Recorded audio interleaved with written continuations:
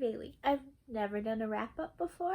I thought I would do one for August. At first it was a little bit of an impulse decision, but then I recorded the whole video without having actually hit record. So now it is an intentional choice to step into the booktube rite of passage that is the monthly wrap-up. I read 8 books in August. My average rating was 3.75, which is a little bit low for me. I'll probably make a video about my personal rating philosophy and choosing books that I think I'm going to like and not really caring if I finish books I don't like, so I don't count them because I didn't read them. Also, throughout the month I had been filming a reading vlog about reading historical romance for the first time, and I just it seems like it's fizzled out. I might finish it, I'm not sure. I picked far too many books. It's a little bit of a mess. I might put it up, I might not. It's very long, so I probably won't, but who knows. But I will jump into what I actually read in August. The first book I read was Romancing the Duke by Tessa. This is the second book in my historical romance experiment. The book follows Izzy Goodnight, who has recently acquired a castle after her father died and left her nothing in his will, so she's kind of adrift. And then a family friend dies and leaves Izzy a castle.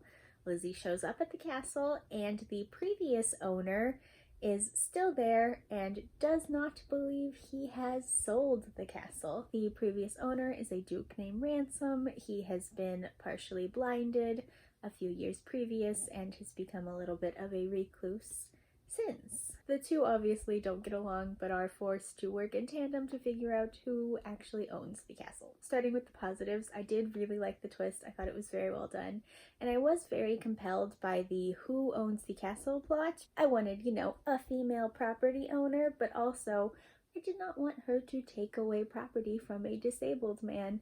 I kind of felt this book wanted me to be pro-girl boss when I was actually like, hey, this is an abuse of a disabled person. So that was a bit weird, in my opinion. I just didn't understand how I could possibly be rooting for Izzy to be the owner. But I totally thought the resolution was fine, and I liked it. So now my less positive thoughts. I didn't like either of the main characters.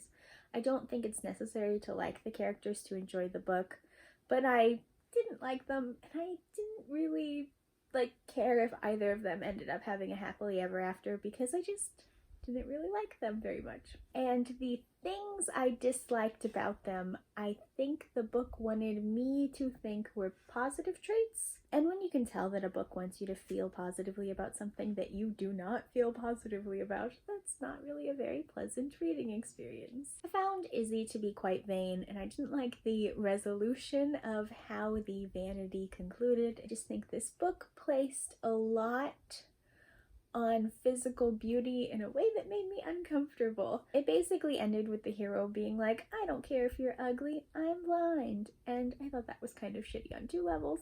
I didn't love it. I wanted self-acceptance and not male acceptance, Ransom, the hero, is quite patriarchal. His character arc is one of those I've learned not to be terrible to women through my love for this one woman, and I hate that. And I especially don't like that because every other woman in this book is very silly.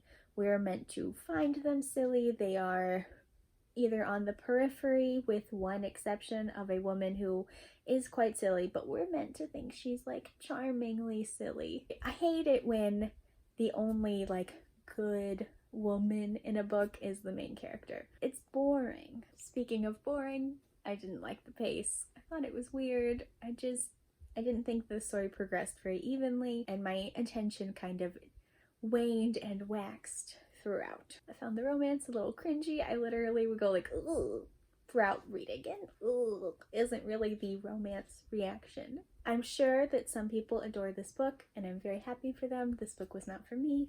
I did give it 2 stars. Next up, I read The Wolf and the Woodsman by Reid. First of all, I have an Illumicrate edition that is bound incredibly poorly. The pages are glued directly to the spine, and it makes it almost impossible to hold the book open.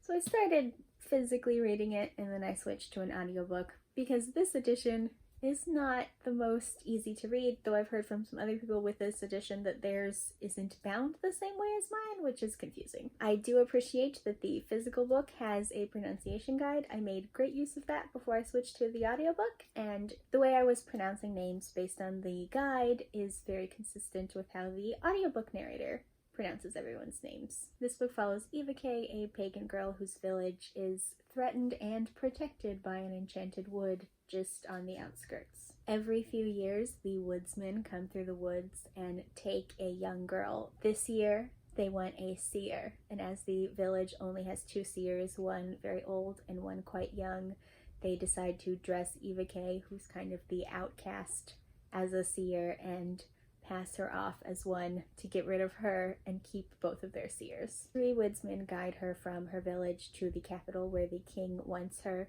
The journey there is quite treacherous, but once she arrives in the capital city at the brink of a power transition, the danger only ratchets up higher. I really loved this book. I'm very excited to reread it. I think that I'll love it even more upon reread. If you really liked Spitting Silver or Uprooted by Naomi Novik, this book has a lot in common with those two, based on Hungarian and Jewish mythology, and that goes with the Polish and Jewish vibes that you get from Naomi Novik's fairy tale-esque work. Obviously, I don't think Hungary and Poland are the same place. I'm just saying both stories have a very fairy tale mythology-esque feel. This story talks about power and belonging and how story is important in building your personal and national identity. The book also has like magic and an enemies to lovers romance, and it's just a fun fantasy journey. Evie is a fantastic lead character. Her emotional arc throughout the book is done incredibly well. She changes and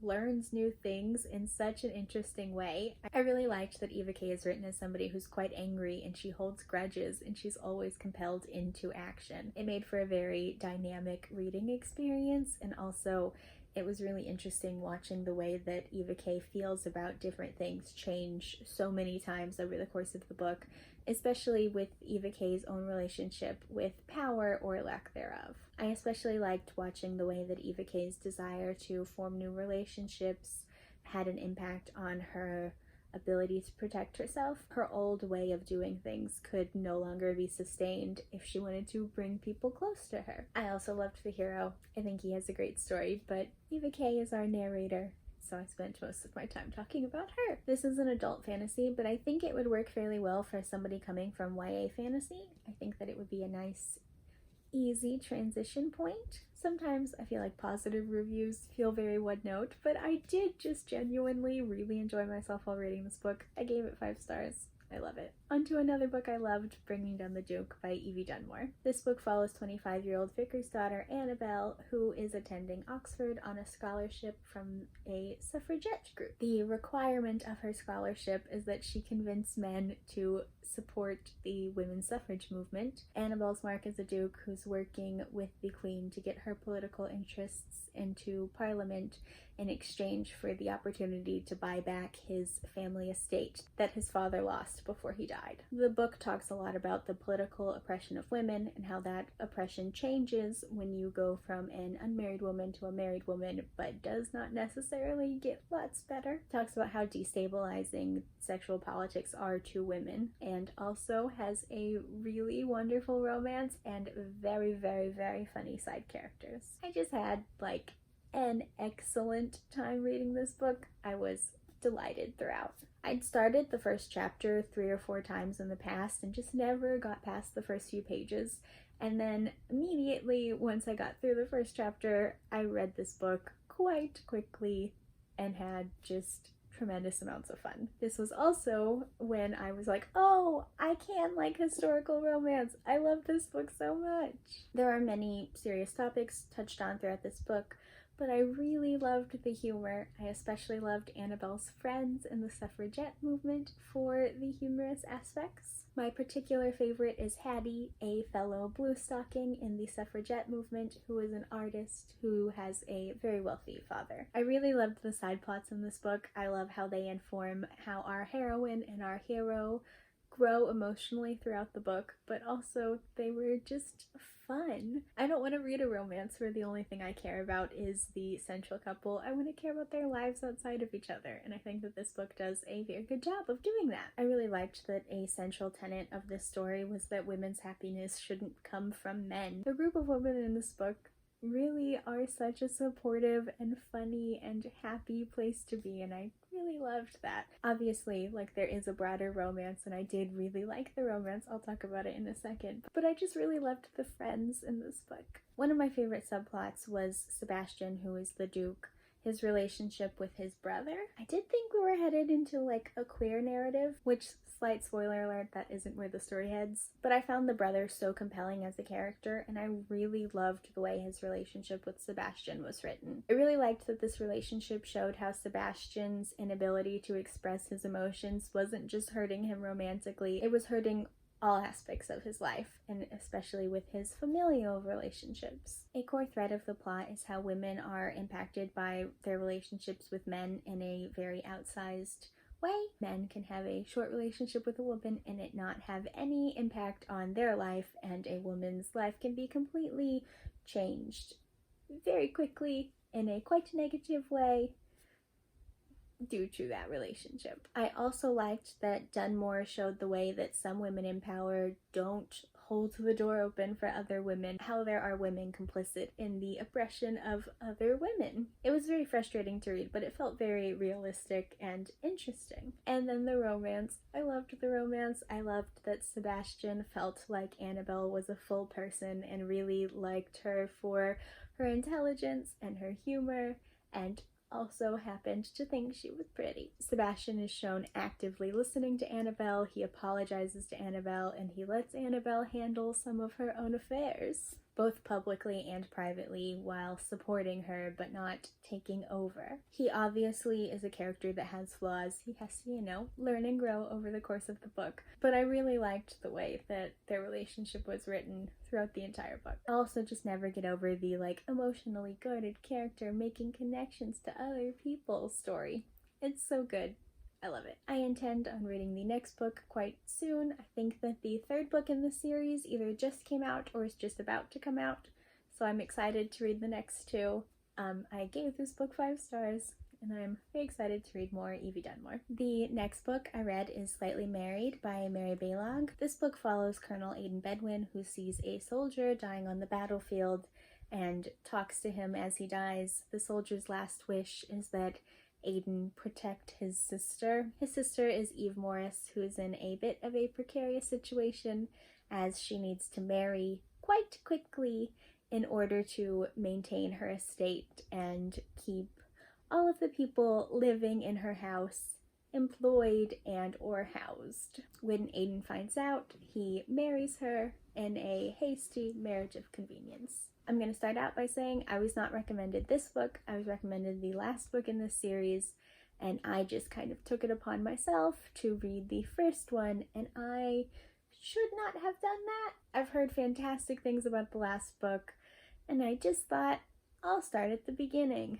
I did not have a great time at the beginning. I probably just should have listened to what people told me to read and not gone off on my own. Clearly, I am not yet competent enough to know what I like in this genre. I don't think this book is inherently terrible. It just, again, wasn't really for me. I probably would have DNF'd this book if I hadn't been reading it as, an experiment, and also I tend to not purposefully DNF things. I just kind of put them down and then forget about them. But the book wasn't too long, so I just kind of powered through. I didn't like Eve, and I didn't like Aidan. That normally wouldn't bother me. I know it sounds like I'm lying because I said the same thing earlier in the book, but the things I disliked about them were things I was supposed to like. Eve is sickly sweet. She is saccharine. Every single thing about her character is just being the most motherly, the most angelic, the most loyal and giving person that she could possibly be. I do not mind a good character. I love a good character, actually. But Eve just felt very one note. It felt like nothing was really going on with her that wasn't just How can I be the kindest, most motherly person that has ever existed? She immediately decides to be unfailingly loyal to her husband, who she does not like, and a lot of her story revolves around the loyal servant trope, which is one of my least favorite tropes, and I think is done especially egregiously in this book. This trope is not pushed back on at all, despite Eve not being from the aristocracy, and thus I think being in a very good position to push back on this trope in a way that does not happen once. It just made my eyes roll repeatedly. My problem with Aiden was that he was intensely honorable to a point where it didn't really make sense. Doing the honorable thing by Eve was doing a dishonorable thing by somebody else.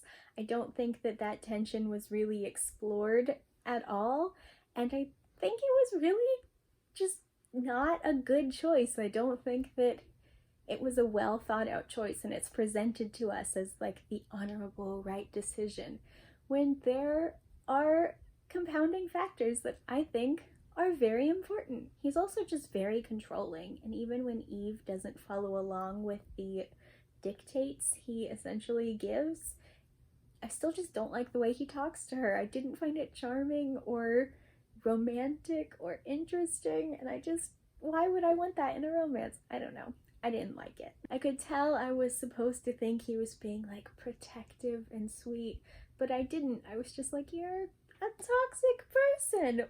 Get away from this weird creature whose only ability is to mother. Aside from the band of tragic servants, the only other side characters we get in this book really are Aiden's siblings. His siblings are who the rest of the series follows, so this book kind of sets up what archetype some of them will be fulfilling later on in the series.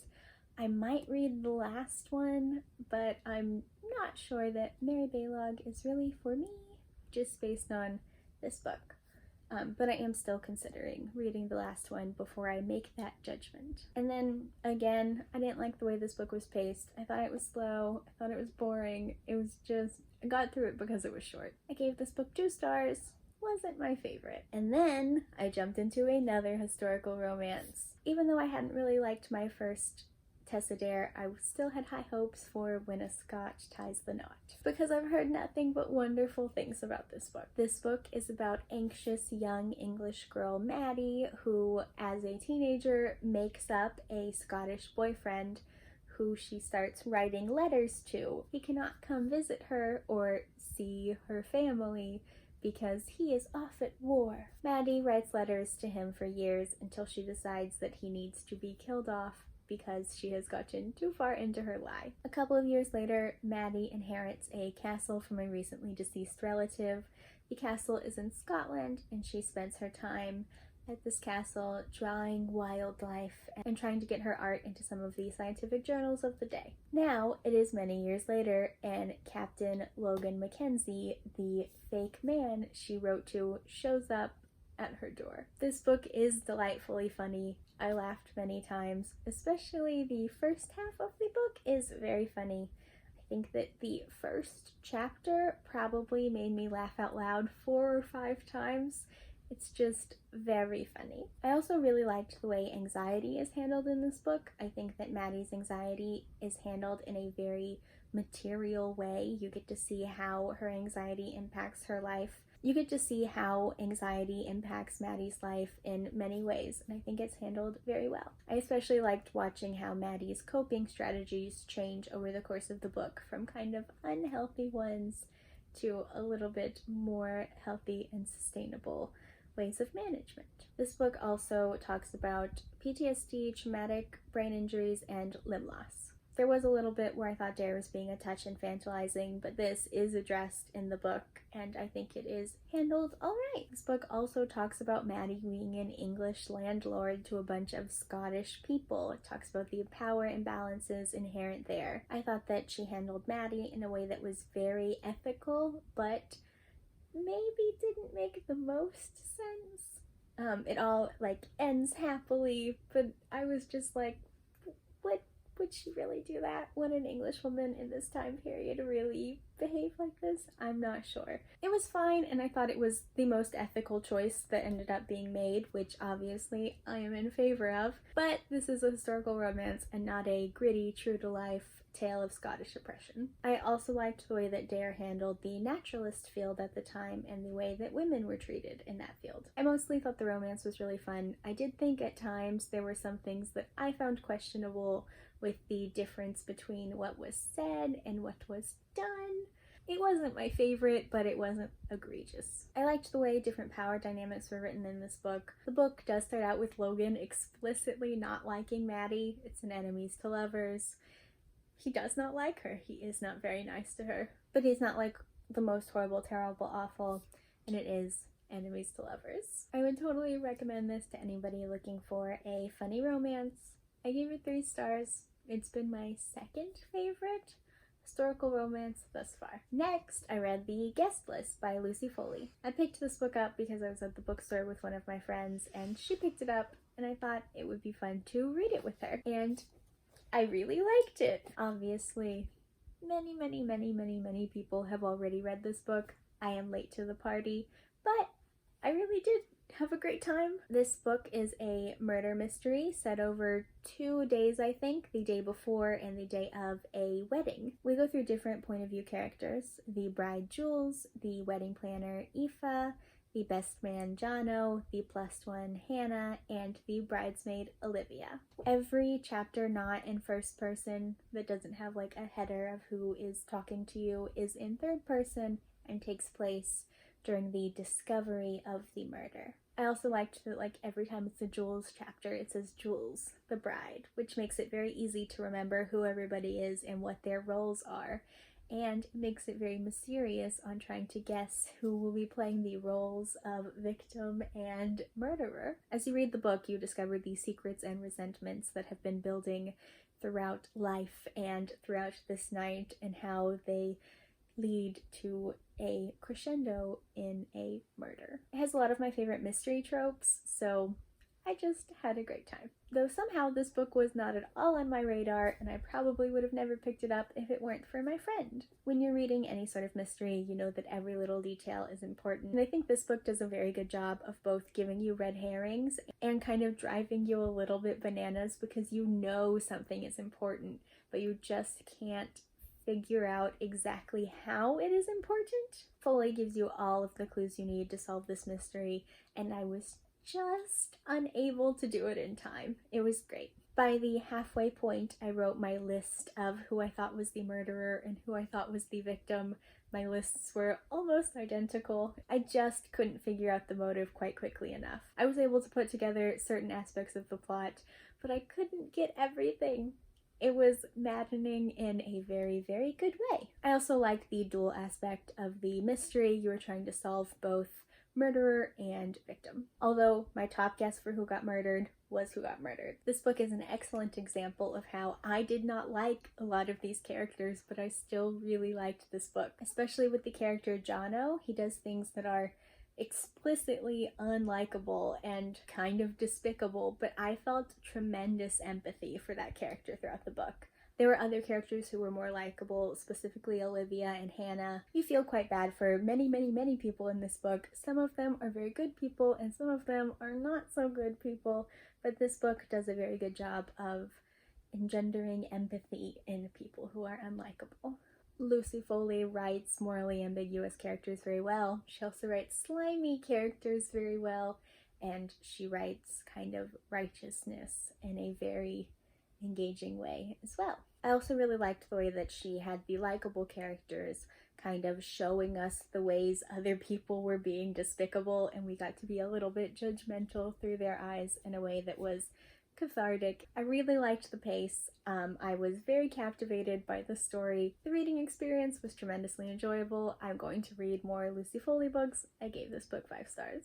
Next up, I did a reread of These Broken Stars by Amie Kaufman and Meagan Spooner. This is a fun science fiction kind of spaceship wreck story. We follow Lilac, the rich daughter of the man whose company built the ship, and Tarver, a hero basically on a press tour aboard the ship. The ship is called the Icarus, and when it experiences a catastrophic failure, it seems that Lilac and Tarver's escape pod is the only one that safely makes it off the Icarus and onto this seemingly abandoned planet. This is kind of one of my comfort reads. I read it when I go on planes, though I was not on a plane when I reread it this time. I just like this book. It's fun, it's an easy read, and it's just very, very engaging. The book has elements inspired by Orpheus and Eurydice, though I don't think it is quite a retelling. There are some aspects of this book that bother me a little bit, some tropes that were popular at the time of writing that maybe aren't my favorite thing, but I do genuinely love this book. I reread it at least once a year, though most of the time I reread it multiple times. This book is just a really fun YA sci-fi romance. I love Amie Kaufman, and I love Meagan Spooner, and I love the work they do together.